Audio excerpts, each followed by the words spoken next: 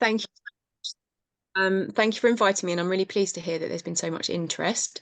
It was a long time in development, this, because even though T2A has spent a long time amassing the evidence around young adults in the criminal justice system, we found that there was an awful lot of things to synthesize and bring together into one relatively short paper. So yeah, it's been an effort, and I'm really pleased that it's paid off. I feel it's a really useful piece of work that pulls together as much as we know, or summarises as much as we know at the moment, and also points to some gaps. So please, can you do the next slide? And the next one. So I just wanted to highlight what we're going to cover today. So I'm going to give you a little introductory invitation. I think it's really important that you take a little bit of time to think about being a young adult in the criminal justice system. And then we're going to talk about what we understand from the evidence is the kind of development of the brain in young adulthood, and the implications of that for people involved in the criminal justice system, including the age crime curve, which we'll talk a bit more about. I'm really sorry to interrupt, but the slides have disappeared, so I just want to let Jason know so he can get them back. I'm trying to, sorry, bear with me, because I can't see. Just give me this, go back back two, I think. There's an overview. Yeah, we can just see you. We can't see the slides at the moment. Okay, I'll wait until that issue is resolved. Yeah, it's coming online now. Thank you, Jason. So I'll just go back to where so it's the what we'll cover slide. I think that's number 3. Well, please, there we go. Right, cooking with gas. On you go, Gemma. However, on this side, I am not. Bear with me a minute.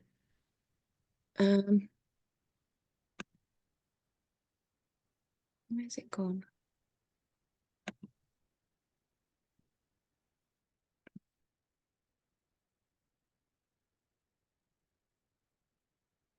Okay. Back in the room. So I was talking about what we're going to cover today. I've almost got to the end of the list. We're going to talk about some implications for best practice in working with young adults and some gaps in our understanding, and then do a very quick kind of closing reflection. So could I have the next slide, please? I just wanted to invite you to read this. It might take a little while, but I think it's really important that we take a pause before we start and think about kind of sensing into really what we're going to talk about today.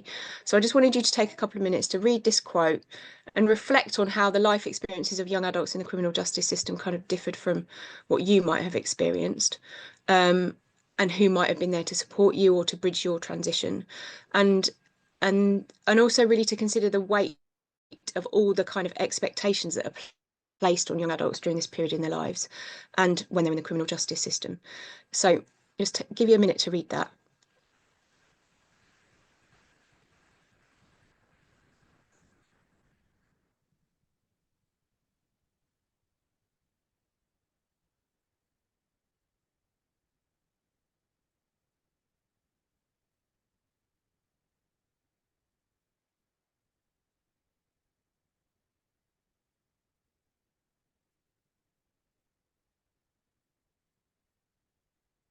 Okay, thanks. And I just want you to try and let that feeling that you've got from reading this sort of sit with you as we go through the rest of the presentation, because it's, there's a lot of information, but I think it's also about how we connect to young adults and understand them as well, the practice. So I just want to introduce to you what we know about brain development in young adulthood more generally. So there are a few numbers up there. So 0 to 7 and 12 to 25. So those two periods are the two periods in the development of our lives when the brain is developing most. So it's during early childhood, and then this extended period of adolescence that some people describe it as. So that's from 12 to 25. And for some, it also goes up to the age of 30. So the brain is actively learning, growing, changing in significant ways during this period of time. And we know that full maturation doesn't occur at the age of 18 and the age at which people legally become an adult. So I think we need to bear those kind of numbers in mind. And I was really surprised when I read that it's as an important a period as it is in early childhood, when it's kind of reinforced into us that that's a really important period in terms of child development and if you're child rearing children. But I think we don't necessarily think so much about this extended period of adolescence and development into adulthood. And then there's a definition here. I'm not going to read it out, but this is basically the definition that HMPPS uses to describe what's called psychosocial maturity. So that's about what's going on in a young adult's brain as they reach adulthood. So beyond 18 and potentially up to 30. So it's shaped by life experiences, it's shaped by characteristics, it's shaped by neurodevelopmental disorders. And there's all sorts of interactions going on in terms of that environmental experience for young adults.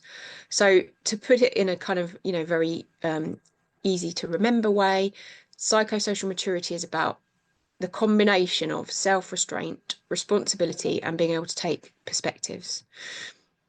Have the next slide, please. So these are a list of capacities that are not yet integrated fully into the executive function of young adults.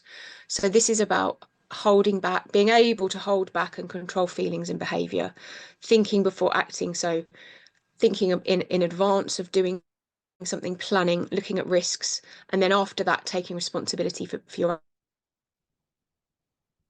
capacity to empathise and put yourself into different people's shoes. It can be really difficult during this period to not prioritise that kind of peer. I've got a 13-year-old and I've noticed that it happened almost overnight. It felt like suddenly he's not interested in what I have to say. It's all about what his friends think. And that continues for quite some time. It's also around how do you effectively manage and deal with stress and emotions, which can be felt a lot more keenly than by more mature adults. So this period, as we're learning how to deal with and regulate our emotions, not just in early childhood when we think we are and we're using all sorts of behavioural strategies, but in this period of time as well. And that happens particularly when they're under pressure. And then another aspect that's not fully developed is around independence and self-sufficiency. But there are a whole load of other social kind of norms that go around that too. So we also need to bear in mind that when we're thinking about young adulthood, it's also about the structural and the social, not just about the neuroscience. And then the final capacity is around future orientation. So can they envision their future? Can they engage with and plan for their future? Are they able to set goals, maintain hope and optimism, and see what progress they're making? And I'm nearly 50 and I know that I still find those things quite hard. So I can assume that for young adults, it's a real challenge. Next slide, please. So there are a few more terms that I thought it might be helpful to sort of highlight to you. So there's this concept of brain plasticity. So during childhood and adolescence and young adulthood, the brain is more plastic. So that's when the brain changes and adapts in response to life events and experiences. And if you think about the difference between, say, learning a violin and learning the piano, or driving a car or riding a bike, you're building different connections in terms of your experiences that mean that your brain configures itself in different ways. And then in terms of the synaptic pruning, the connections that we don't use, so say you learn to ride a bike rather than ride a car, but drive a car, then the pruning that takes place will be different. So the ones that require you to ride a bike will be strengthened, and the ones that require you to potentially drive a car, although there's similarities, would be weakened and lost. And if you think about that in terms of people's experiences in relation to their relationships and things that they experience in childhood and young adulthood, this is really important. So it's not just about learning musical instruments, it's about our whole lives, and how we learn to respond to other people.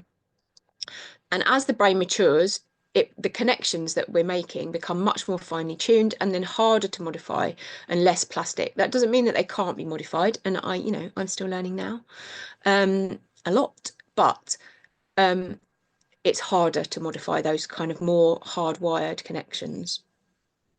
And then we also need to know that social adversity can impact, and I've put can in italics there because I think we need to remember that we're kind of generalizing when we're talking about this. So these are things that can happen, typically happen, but may not be the case for everybody. And so you get sometimes the pushback can be, oh, well, that person over there had the same experience but didn't turn out like that. I think we need to understand that the probability is kind of factor here, and it's around the tendency towards certain things as a result of where the brain is, how the brain is developing, and the environmental factors that are going on, as well as the kind of internal factors. Sorry, I've just accidentally moved my slide forward. And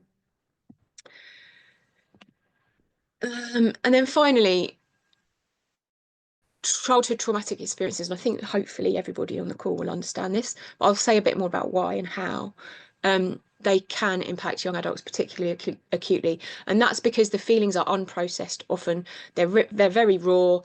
And also I think in young adulthood you start to realise that the experiences that you've had are different from other people in very important ways. And also you might become a parent yourself, and then you realise, again, it kind of just comes home, like how different your experience was from the one that you want to potentially have for your own children. Next slide, please. So we're going to move on now to thinking about why maturity matters, particularly for criminal justice. So I've put a statistic there that shows that there's real disproportionality in the number of young adults in the criminal justice system compared to the UK population. So young adults are overrepresented in the criminal justice system. And we think at T2A that that's probably because of their stage of maturation or development in terms of their brain and their other social factors that are in their lives.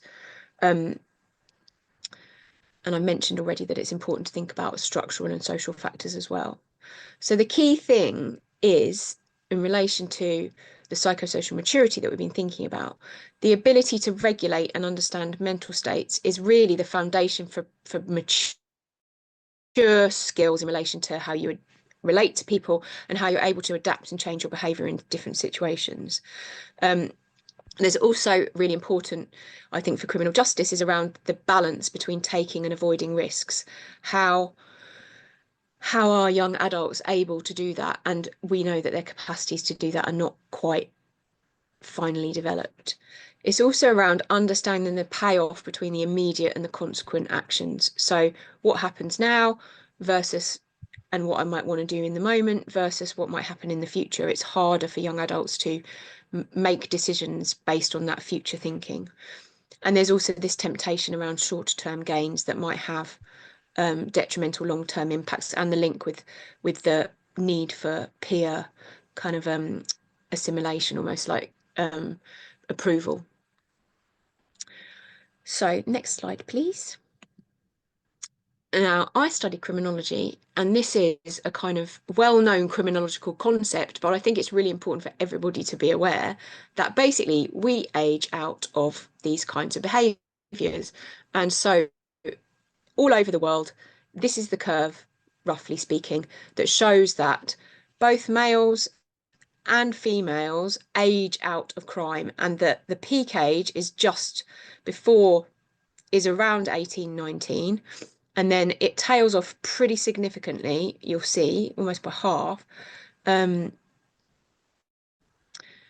the years up to the age of 25. And this is why we think it's important to deal with young adults in a particular way during this period of time, while it's quite likely that they're not going to continue to commit crime anyway. And you'll see that it continues to trail off up to the age of about 30, and then falls away a little bit more slowly. So basically, as young adults gain higher psychosocial maturity, there's a higher potential that they desist from crime or stop doing crime. Can you do the next slide, please, Jason? So I just wanted to pull together a little bit of evidence in a clear way as possible. So basically, this first point is saying maturity makes the difference between persistence and desistance. So this study in the States in 2015, it found that people who have lower psychosocial maturity tend to persist. People who have higher psychosocial maturity tend to desist. So we know that there's a really clear link between maturity and ongoing involvement in the criminal justice system. And the behaviours that are displayed in young adulthood might lead to criminal justice involvement that I've just talked about. They can stem from either the level of executive function and or the impact of trauma, and also from neurodivergence, and each of these things compound the other. And we know that there's a very high prevalence of trauma in the young adult population in the criminal justice system, and there's also a very high prevalence of neurodiversity, including neurodisabilities. And we need to think about these things as compounding each other, not different and separate needs. And then both of these studies that I'm mentioning are really large scale studies. So you may well be familiar with the Edinburgh study of transitions. That found that social adversity plays a really strong role in prolonging criminal justice engagement. Oh, sorry, I've got a really sensitive computer, seemingly. I know. So I'm just going to read a little bit about what that study found, because I think it's really important. So the Edinburgh study has tracked people over a long period of time from their youth to now middle age. And the research that they're doing, the data sets that they're doing, they catch up with people, they find out what's happened to them, look back at what their behaviour was like in their their teens and their 20s, and then look at what's going on for them now. So there is a really strong data set. So they're basically saying that offending into early middle age is associated with high levels of victimisation, a history of adverse childhood experiences and adversities in adulthood. So that can include bereavement, relationship breakdown, or having a serious accident or illness.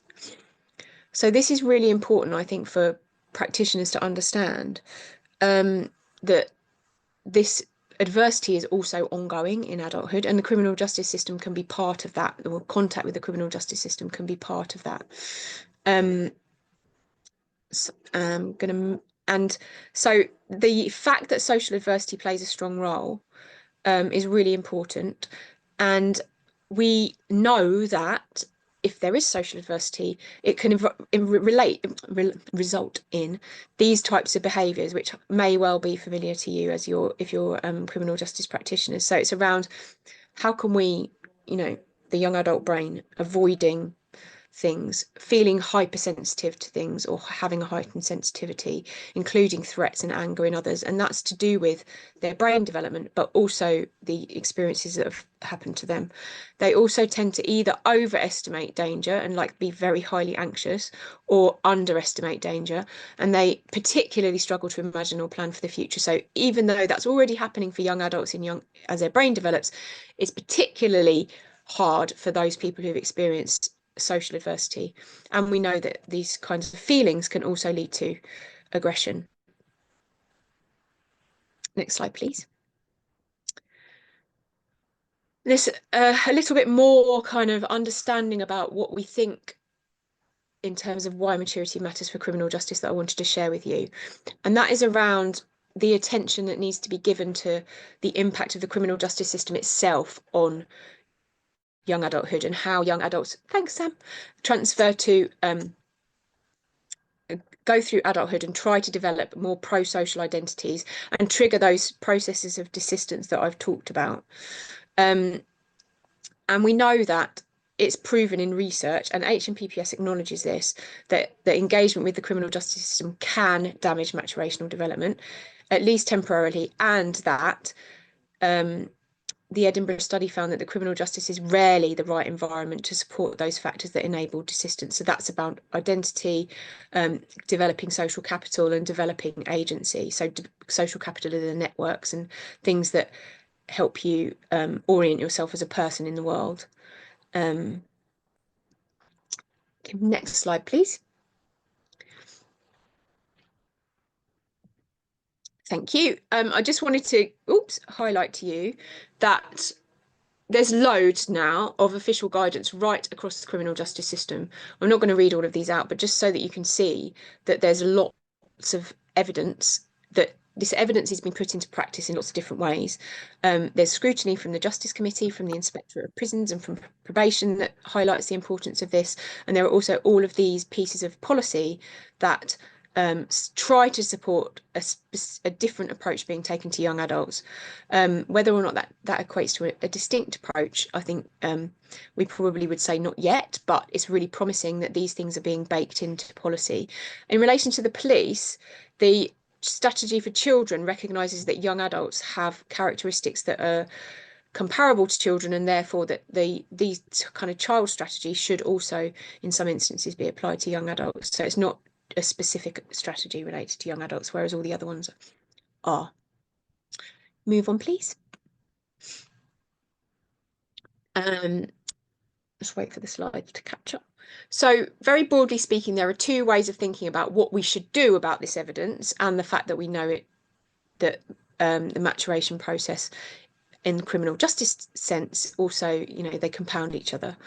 So you can either assess maturity levels and target support accordingly on people who have lower psychosocial maturity, because you can measure that, or you would develop distinct approaches for all young adults. And we say at T2A up to 26, but others, including in Scotland, think about it, you know, extending up to the age of 30 potentially. And in some systems, there's real flexibility about whether you take a child first approach or a young adult first approach or an adult approach, depending on the levels of maturity.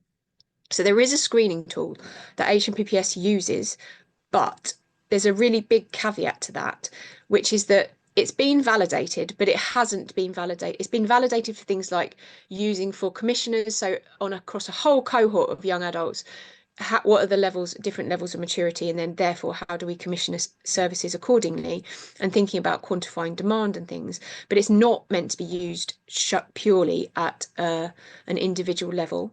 So if it is used at an individual level, the research and the validation of the tool says that it should be used alongside other ways of assessing maturity. And we're not really sure whether that's happening. And the tool has been developed specifically for men, and there isn't yet an equivalent tool for young adult women. There's also, alongside the screening tool, HMPPS uses a kind of interventions pack that tries to develop people's maturity, and it's called Choices and Changes. While there is lots of evidence about what we think is effective, there aren't any known evaluations of interventions that increase psychosocial maturity, so they're proven to increase psychosocial maturity. But we do know that there are things that are proven to build effectiveness, like these programs, like cognitive behavioural therapy, to build all of these skills which we know are linked to development of brain development in this age group, and also to desistance. Next slide, please.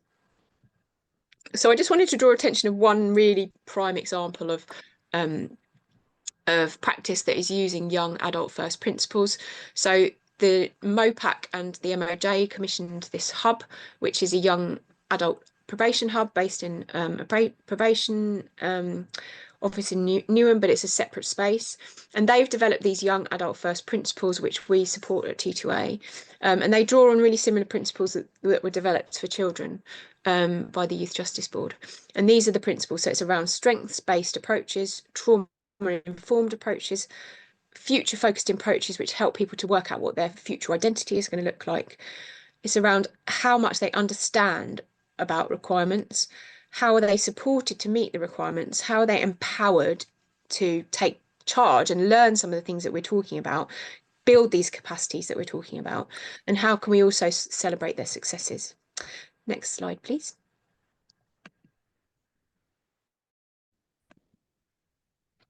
I just wanted to share this with you. I'm not expecting you to look at it now. It's in the paper.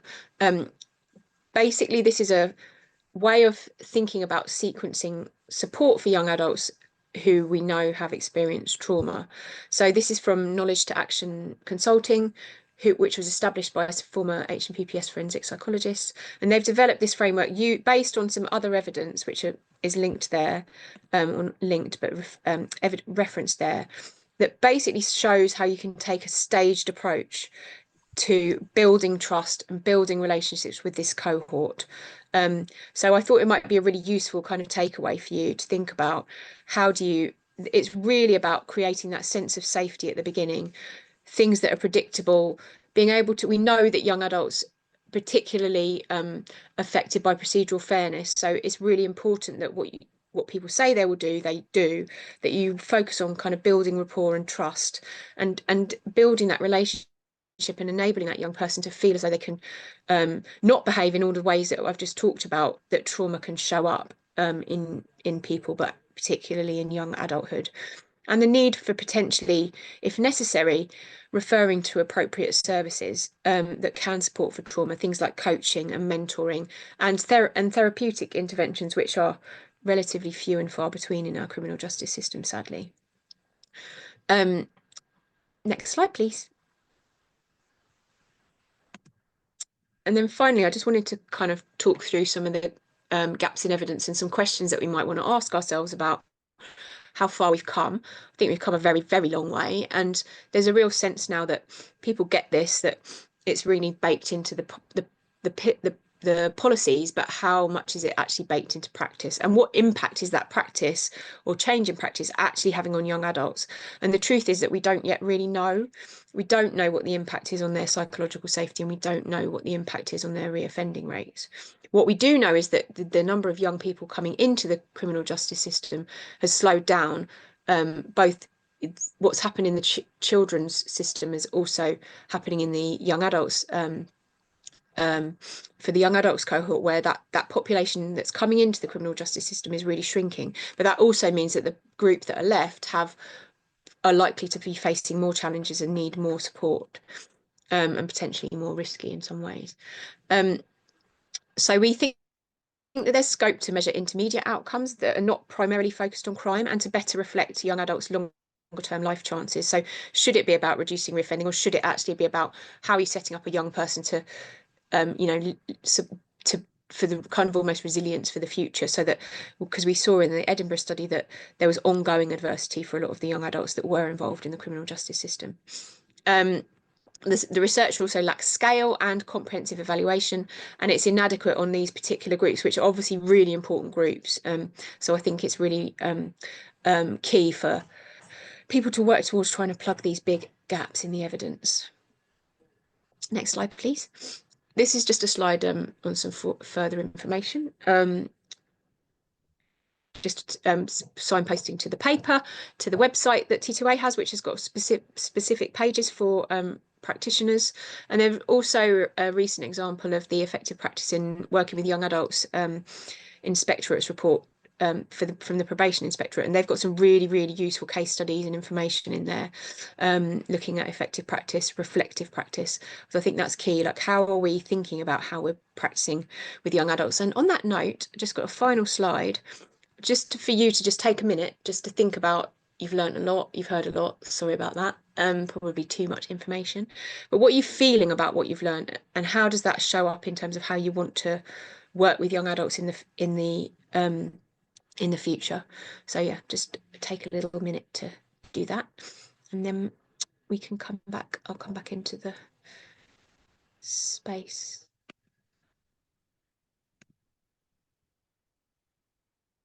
I'm not sure if there's time for questions from Sam or not.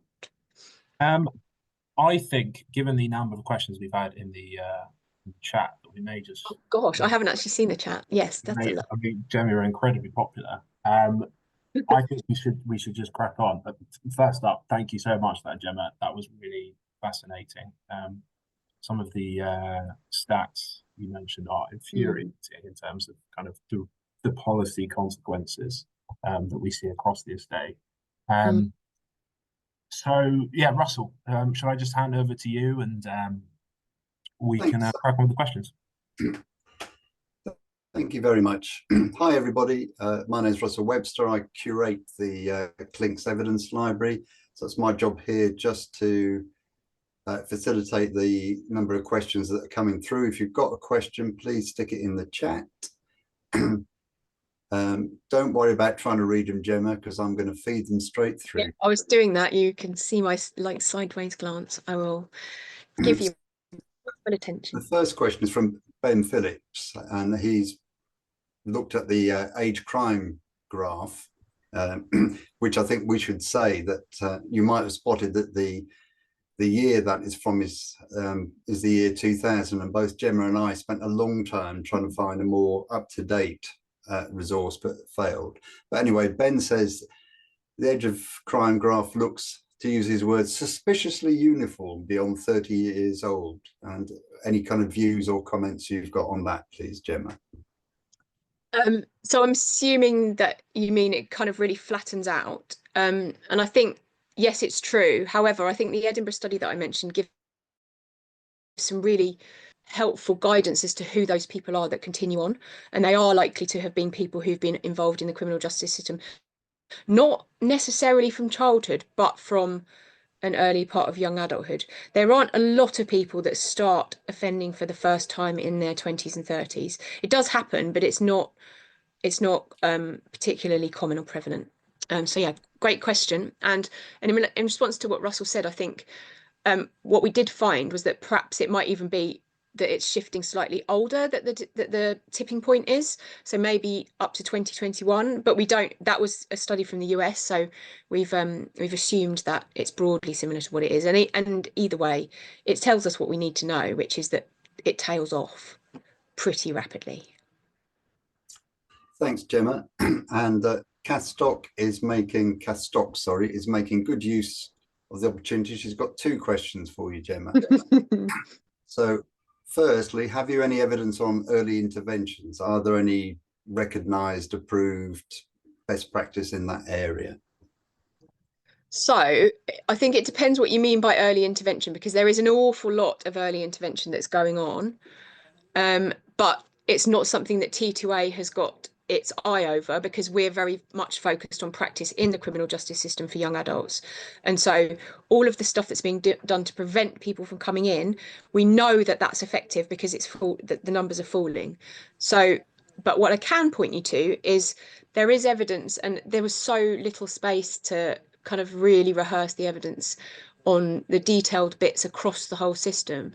But there is a lot of emerging evidence around diversion. So either deferring sentencing or diverting from at the stage of the police station or court into out of court disposals. And we know that that's effective for young adults. And we know that there are also quite a lot to do to improve practices. And there are some really good examples, like in Devon and Cornwall, there's a Pathfinder. I'm also doing some work with the Met Police to try to develop their approach to young adults on out of court disposals. And we're hopeful that as the police kind of transition, if they do that, to the new kind of framework for out of court disposals, which the previous government was trying to implement, then there's lots of opportunity to kind of reflect on practice and rethink. Because I think the challenge is that the management of risk, and young adults, there's no kind of shying away from it, because of their stage of brain development, they do display risky behaviours.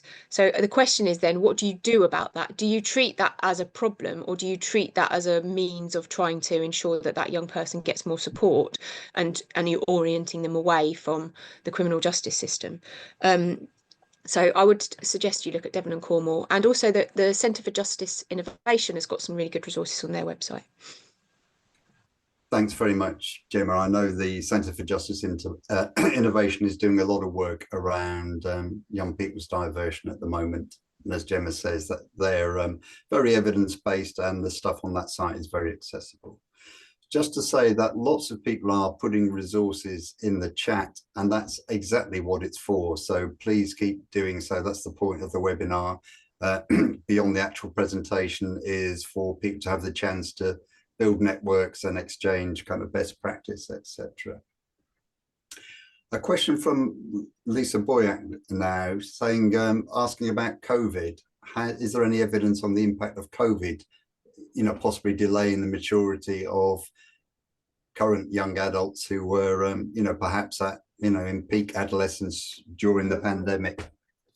That is a really interesting question. We did do a lot of work with HMPPS on the prison side around that period of time. And I'm just having to, I've got long COVID, so my memory of that period of time is a bit hazy, so bear with me whether my recall is up to it. What we did was, when the regime started reopening, we were trying to support HMPPS to think through how they would ensure that young adults who might have been particularly affected for all the reasons that we're assuming were well supported as things started to open up again. And that was around really clearly explaining, for example, what was happening, why it was happening, all of the procedural fairness kind of points. And again, this criminal justice, the Centre for Justice Innovation has got some good resources about procedural fairness and what it means for young adults. It's around basically doing what you say you're going to do. So obviously the period of lockdown in prisons was incredibly frustrating. And we also know that there's been longer term impact of that in terms of regimes not necessarily fully reopening again, partly to do with staff, levels of violence, all of those things.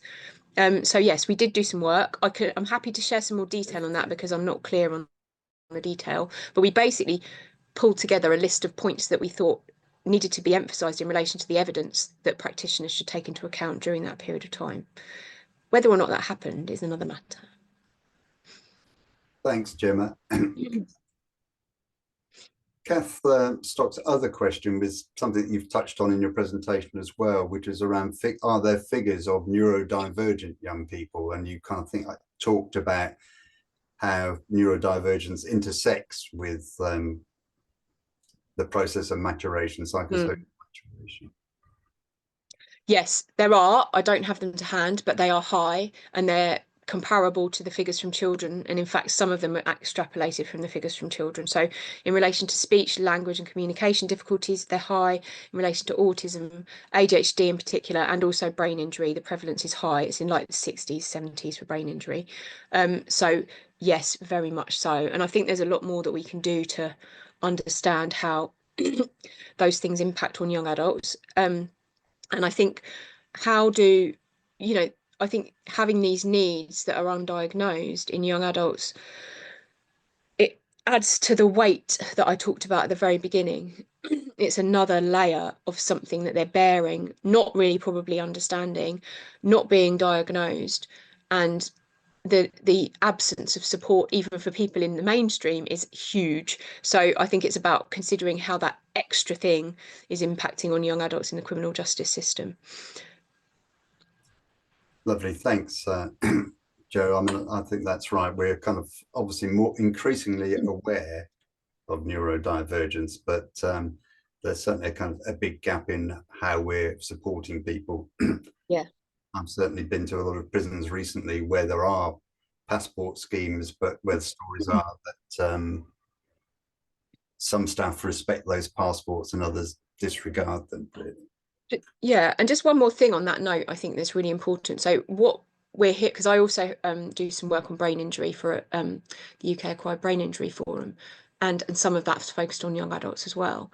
And what tends to happen is you're either thinking about young adulthood or you're thinking about brain injury. You're not thinking about both. And in particular, the NHS Health and Justice Services are doing a huge amount to improve the way that they're dealing with neurodivergence and health and mental health more generally. But they're not considering the maturity factor. And so I think there's still a lot more to do to raise awareness. And an example is there are some great initiatives happening separately around young adult wings in custody, for example, and what might happen if we put young adults in a separate wing and give them additional support, train the staff differently, etc. And there are also neurodiversity support wings going on. And it's not clear often. There's probably different departments in HMPPS working on these things, and are they talking to each other is my question. Probably not. Lovely, thanks, Gemma. Joe Morgan raises an interesting point. She asked about your thoughts around young adults and sexual offences. Yeah, obviously an area that is being prosecuted and coming within the purview of police and prosecutors more. She says, we support a caseload of clients who are under investigation for online offences. And a lot of these are young adults, many of whom have neurodiverse needs. How can the justice system consider maturity when it's measuring culpability and imposing sentences? Because obviously that range of offences, I guess if I paraphrase from my point of view, covers behaviour that's not far off normal for teenagers to very worrying, very concerning behaviour. And I know that there's been a lot of work done in the sentencing guidelines around that, for example, in relation to consent and around teenagers and things like that in relation to sexual behaviours. But I think it's a really important issue. I think one of the challenges is that a lot of the work that's been done around young adults has been done on the less risky populations and the easier wins, so to speak. And I think we need to give some real thought to what's happening in relation to young people who are committing these kinds of offences, and also emerging violent and misogynistic type offences as well. That kind of real emergent behaviour, because that's excluded, interestingly, from a lot of diversion schemes, and therefore there isn't really a kind of sense that, okay, we've got people who are starting to behave in these ways. What do we do to support them, help them, and understand why they're doing this, all in the context of their maturation or development and all the other things that are happening in their lives? And how do we ensure that there's the right balance when there are offences of this nature, which people rightly assume need to be punished? How do you ensure that the risk is managed and the person is supported so that the ongoing risk in future is minimised as much as possible? And I think we're really not very good at that. And I think it's something that we need to give some real thought to. And it's encouraging to hear that there are people that are doing dedicated support. And I would really be interested to hear more about that, to be honest. Lovely, thanks, Gemma. I'm going to invite Anne-Marie Lewis has put in some information around what work was done around COVID, HMPPS. Anne-Marie, can I ask you to say a bit more about that? Jason, can Anne-Marie? Yes, you can get off the mic. Lovely. Sure. I mean, I won't take up too much time, but it was just that there were quite a lot of interventions, particularly dealing with, I guess, probably actually some of the younger age group, even like 19 and under. So in terms of the maturation, in terms of those impacts, it actually showed that the COVID period was actually quite a promising and quite a supportive environment, because they'd set up individual wings, they set up small kind of like family type units, and certainly, you know, violence was reduced quite significantly. One-to-one intervention support was more readily available, and then smaller sort of like family units, people being able to eat together, and even including like with the social distancing and things like that. So actually it followed more of a child first and young adult first during that period. Regimes were altered, education, support, so many things. There were so many other organisations that were able to come in, even though it was during COVID time, to give specific types of support that was carefully managed and carefully accessed. So actually, the COVID period itself produced really strong outcomes. The challenge that happened was post-COVID and reopening, and then having to go back to previous regimes and trying to get levels back up in terms of associations and things like that, where the problems came in. So in maintaining the lessons learned, particularly with the younger age group, was not and has not been followed through. And I think it was a real interesting dichotomy, because what COVID did allow was for some of these things that I guess HMPPS and many other organisations have been asking for a long time, to actually be tried and to be tested and to see what was working, what could work. But yeah, unfortunately, that's not followed through. I'm hoping that just gives a little bit more context to, I think it was Linda's question or Lisa's question. Thanks very much, Anne-Marie. There's still a couple of minutes left if people want to get another question on. Gemma, can I ask you? No, go on. I was just going to add something quickly, which is that in relation to what Anne-Marie was saying about outcomes, and it was on my last slide, but I didn't actually talk to that point, is at the moment, even though HMPPS recognises young adulthood as a distinct period, 18 to 25 or up to the age of 26 birthday. The statistics that they produce are still don't have that as a specific age cohort. So it's really, so you might get 18 to 20-year-olds who are a different cohort because they were the ones that would traditionally have the sentence to a young offender institution as a young adult. But you then get 21 to 29, say. It's really difficult to find out what the impact of these things are on that cohort specifically, because the data is just not segregated in the way that we need it to happen. I'd just add to that, Gemma, as well, you're 100% right, but it's more that it's not public because it is aggregated. Some of it is aggregated internally, but they don't publish it publicly. And I think that's one of the next steps that really has to be focused on is, can they share that a bit more widely? Because they definitely do that internally. Yeah, and I should add that an awful lot of work is going on in MOJ and in HPPS on this, and it's the amount of work going on is really massive, and it's almost unprecedented, the attention that it's getting in the years that I've been involved in this, which is a long time. And they recognise that they need to do something about the data, and they recognise that they need to understand outcomes. And they've done some really interesting internal work around diversity, and looking at things like what's happening to people in prisons in relation to level of privileges, use of force, what the link is between young adults and neurodiversity, all of those things. So they are using this information internally. And there's much more guidance than I've mentioned on my slide as well. So there's a lot, but the part of the challenge is, I think, building in that time. We know that there's so many pressures, and it's hard to take that time out, look at what the impact of this has been, adapt that, kind of keep testing and learning. I'm not sure how much of that's happening. I'm sure it's happening to a degree, but sometimes governors change, or leaders change, and things then just get thrown out, and there isn't really much continuity, and there's not a lot of, as I said, evaluation of longer term. What might a regime that is effective for young adults in prison look like? The Justice Committee called for that nearly 10 years ago. So things like that, we don't really know a lot still. Thanks, Gemma and Anne-Marie. Thanks to Linda Lewis from the Survivors Trust, who's put on a resource for people interested in support to young adults, children and young people who are both victims and perpetrators of sexual violence.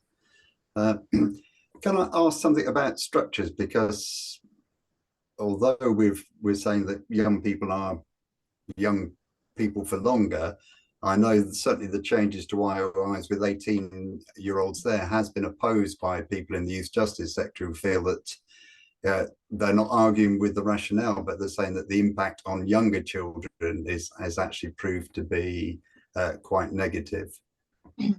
Yeah, and we're very live to that. This isn't it's not about young adults' needs overriding other cohorts, in particularly children.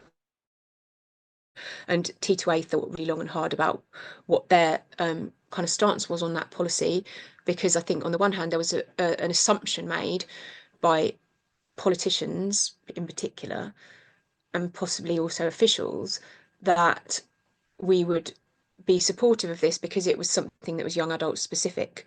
But we took a view that there needs to be a distinct approach taken to children and a distinct approach taken to young adults, and that we were really concerned about the potential detrimental impact on young adults in custody. So I think there's still a lot to think through in terms of that. What is a distinct approach? What does it really mean in practice? And I'm not sure. Yeah, we're not quite there yet, but we know. I think the evidence is pretty secure that there should be a distinct approach, although that's always in question. And I think the other thing that you're saying about structural is, in all other parts of the system, young adults are treated as if they are adults. So there is really very little support in communities. So some of the work that I've did some work with revolving doors on young adulthood a few years ago with police and crime commissioners, and it's really clear that young adults fall through the gaps in support. There's not really any support for them when they come into contact with the criminal justice system for the first time, which we know happens a lot in this age group. And then what happens to them either when they're on probation and probation can't provide that, the real pastoral care that people need as they go through this really, really difficult transition for everybody, and even more so for the people that we're talking about. They may not have family support. They may not have the networks that we're talking about, the social capital that we need in order to become, to be stabilized in that transition and work out where our future lies.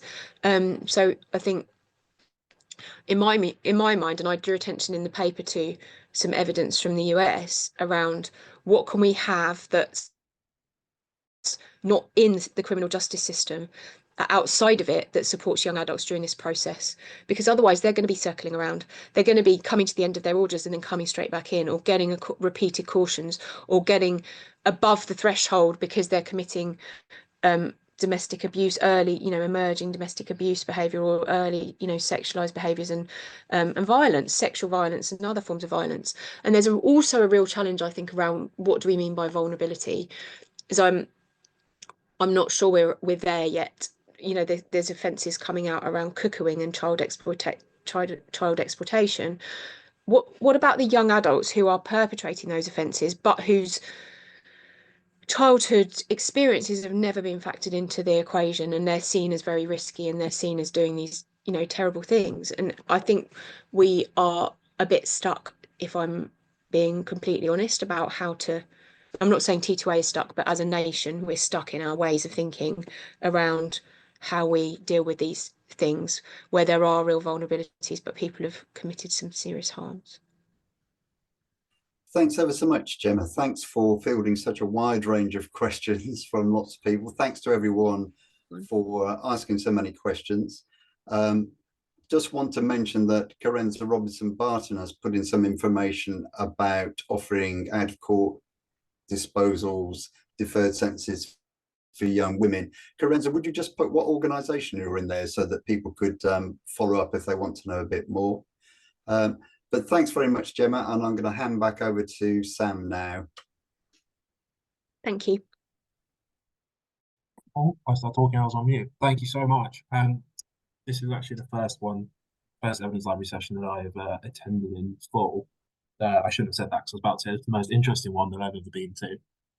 It really, really was. Thank you so much, Gemma. There's not much left in terms of housekeeping. I just wanted to thank Gemma, of course, for all of your work on the review. The work obviously doesn't stop here. These types of reviews is the work that we engage with officials on. So it's going to be a really useful addition to the debate, and hopefully just to start. In terms of next steps, we'll be posting this session out on our usual social channels, so please look out for that, and do share that with any of your network. Apart from that, Jason, have I missed anything? Just now I've posted a link to the feedback form for this session, so I do encourage everybody to fill that out. It really helps us out with future sessions. Thanks, Jason. And I almost forgot to thank Russell. He was an absolute pro at this. Thank you for managing that steady stream on the chat. Thank you so much. Everyone, thank you for taking the time today. And we look forward to seeing you at future sessions.